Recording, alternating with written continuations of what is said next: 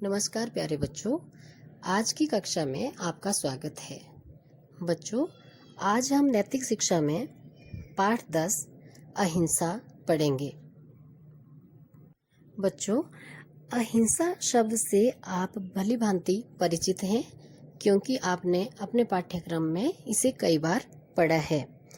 अहिंसा अर्थात किसी भी कार्य को बिना लड़ाई झगड़े या मारपीट के पूरा करना अहिंसा कहलाता है। इसके विपरीत यदि आप किसी के साथ लड़ाई झगड़ा करते हैं या कटु शब्दों का प्रयोग करते हुए उस कार्य को पूरा करते हैं तो वह हिंसा कहलाता है।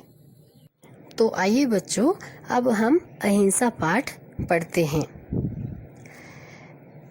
किसी को मारने या सताने की इच्छा हिंसा कहलाती है और ऐसी इच्छा का ना होना अहिंसा कहलाता है।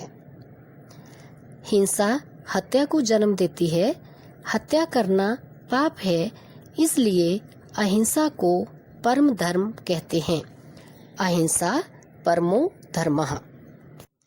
महात्मा गांधी व्यक्तिगत और सामाजिक जीवन में अहिंसा और सत्य पर बड़ा बल देते थे। उन्होंने स्वाधीनता का संग्राम भी इन दो हथियारों से ही लड़ा। उनकी मान्यता थी कि हमें सत्य का सदा आग्रही होना चाहिए। यदि सत्याग्रह से काम ना चले तो असहयोग करो, बुरे का साथ देना छोड़ दो।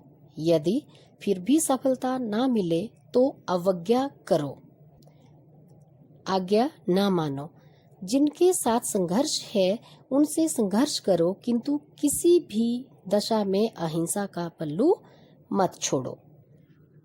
अर्थात बच्चों, महात्मा गांधी ने जो स्वाधीनता का संग्राम था वह इन्हीं दो हथियारों के बल पर लड़ा था, अहिंसा और सत्य। उनका मानना था कि हमें सत्य के लिए आग्रह करना चाहिए। यदि इससे भी काम ना चले तो असहयोग करो, अर्थात बुरे का साथ देना छोड़ दो। फिर भी सफलता ना मिले तो आज्ञा ना मानो। जो आपको हुक्म दे रहा है लेकिन वो ठीक नहीं है, वह गलत काम कर रहा है, तो अवज्ञा करो, अर्थात उनकी आज्ञा ना मानो। और जिनके साथ संघर्ष है उनसे संघर्ष करो, किंतु किसी भी दशा में हमें अहिंसा का साथ नहीं छोड़ना है। हमें हिंसा नहीं करनी है, हमें हिंसक नहीं बनना है। अहिंसा के 3 रूप हैं जो उत्तरोत्तर श्रेष्ठ हैं। किसी को अपने शरीर द्वारा कष्ट पहुंचाने की इच्छा न करना शारीरिक अहिंसा है। वाणी से कष्ट पहुंचाने की इच्छा न करना वाचिक हिंसा है और किसी का मन से भी बुरा न चाहना मानसिक हिंसा है। अतः हमें मनसा वाचा कर्मणा तीनों रूपों में हिंसा से बचना चाहिए। अर्थात हमें किसी को अपने हाथों से कष्ट नहीं देना है। अपनी वाणी से हमें कभी भी ऐसी वाणी का प्रयोग नहीं करना है जिससे किसी को नुकसान पहुंचे या किसी को बुरा लगे। और हमें अपने मन से भी किसी के प्रति बुरा नहीं सोचना है। ये सारे हिंसा के ही प्रकार हैं, लेकिन हमें ये सब नहीं करना है। हमें अहिंसा का साथ देना है। अब बच्चों, अगले अनुच्छेद में देखिए, नफरत और प्यार में घृणा और प्रेम में विजय सदा प्यार या प्रेम की ही होती है। वन में तपस्या करने वाले ऋषि मुनियों के आश्रम में सिंह आदि पशु उसी प्रकार आचरण करते थे जैसे हमारे घरों में पालतू पशु करते हैं। जैसे बच्चों, किसी के घर में कोई भी पालतू पशु है, वह उससे नहीं डरता क्योंकि वह उसे प्यार करते हैं। वह पशु भी उन इंसानों को प्यार करते हैं और हम भी पशुओं को प्यार करते हैं, तो हमें उनसे डर नहीं लगता। इसी प्रकार जब ऋषि मुनि जंगल में तपस्या करते थे तो जंगल ही उनका घर हुआ करता था और शेर इत्यादि वहाँ पर उस तरह से घूमकर चले जाते थे जिस प्रकार से हमारे घरों में बिल्लियाँ या कुत्ते घूम करके चले जाते हैं, क्योंकि ऋषि मुनि भी उनसे प्यार करते थे और उन्हें पता था कि ये जो लोग हैं ये उन्हें पशुओं को ये पता होता था कि वे उन्हें किसी प्रकार का नुकसान नहीं पहुंचाएंगे। हम हिंसक कब होते हैं? जब हमें खतरा होता है कि सामने वाला हमें नुकसान पहुंचा सकता है। तो जिस प्रकार से हम प्रेम से किसी के साथ रहते हैं उसी प्रकार से दूसरा भी हमारे साथ प्रेम से ही रहता है। अब बच्चों आगे देखिए, महात्मा आनंद स्वामी ने इस संबंध में अपने जीवन की एक सच्ची घटना का उल्लेख किया है। सन्यासी बनने के बाद उन्हें एक लगन रही कि जगत गुरु दयानंद ने जिन जिन स्थानों पर तप किया उन्हें देखें। उत्तरकाशी में एक बहुत वृद्ध साधु ने बताया कि मुल्ला चट्टी से आगे बूढ़े केदार की ओर जाएं तो वहाँ एक स्वामी गंगागिरी जी रहते हैं जो महर्षि दयानंद के साथी थे। आनंद स्वामी उत्तरकाशी से मुल्ला चट्टी गए।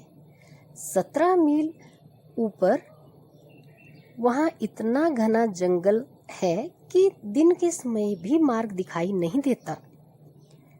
3 घंटे पश्चात एक साधु के दर्शन हुए। ये उन गंगागिरी के शिष्य थे। वे आनंद स्वामी को कुटिया पर ले गए और वह शिला दिखाई जिस पर बैठकर स्वामी दयानंद ध्यान लगाते थे। आनंद स्वामी ने भी उस पर बैठकर ध्यान लगाया।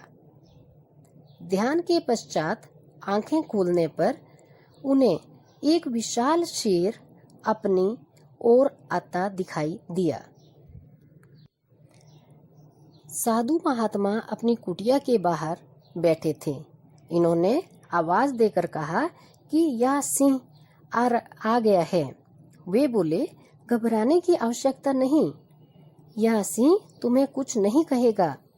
आनंद स्वामी आधी आंख से सिंह की ओर देखते रहे। वह उनके पास से निकलकर उस साधु के पास चला गया। साधु ने उसकी पीठ सहलाई, उसके पांव खुजाए, उसके सिर पर हाथ फेरा, उसे प्यार किया और शेर परे चला गया। इसी साधु ने बताया कि दयानंद इसी प्रकार सिंहों से प्यार करते थे। तो बच्चों, ये शेर आया और वह आनंद स्वामी के पास से निकल करके साधु के पास गया और साधु ने जैसे वो हमेशा करते थे उसकी पीठ सहलाई और उसके पांव खुजाए और वह वहां से चला गया। अर्थात वह प्यार का भूखा था। वह साधु से प्यार करता था और साधु उससे प्यार करता था। और जैसे मैंने पहले भी बताया, जब तक जानवर को हमसे कोई खतरा ना हो, जानवर हमारे ऊपर कभी भी प्रहार नहीं करता। जब हम उससे प्यार करेंगे तो वह भी हमसे प्यार करेगा। अंत में देखिए, वास्तव में यदि हमारे मन में दूसरों को सताने की भावना ना होकर प्यार की भावना है तो दूसरे के हृदय में भी इस भावना का संचार होता है। अहिंसा को इसीलिए परम धर्म कहा गया है। अहिंसा से सब बैर, भय और आशंका दूर हो जाते हैं।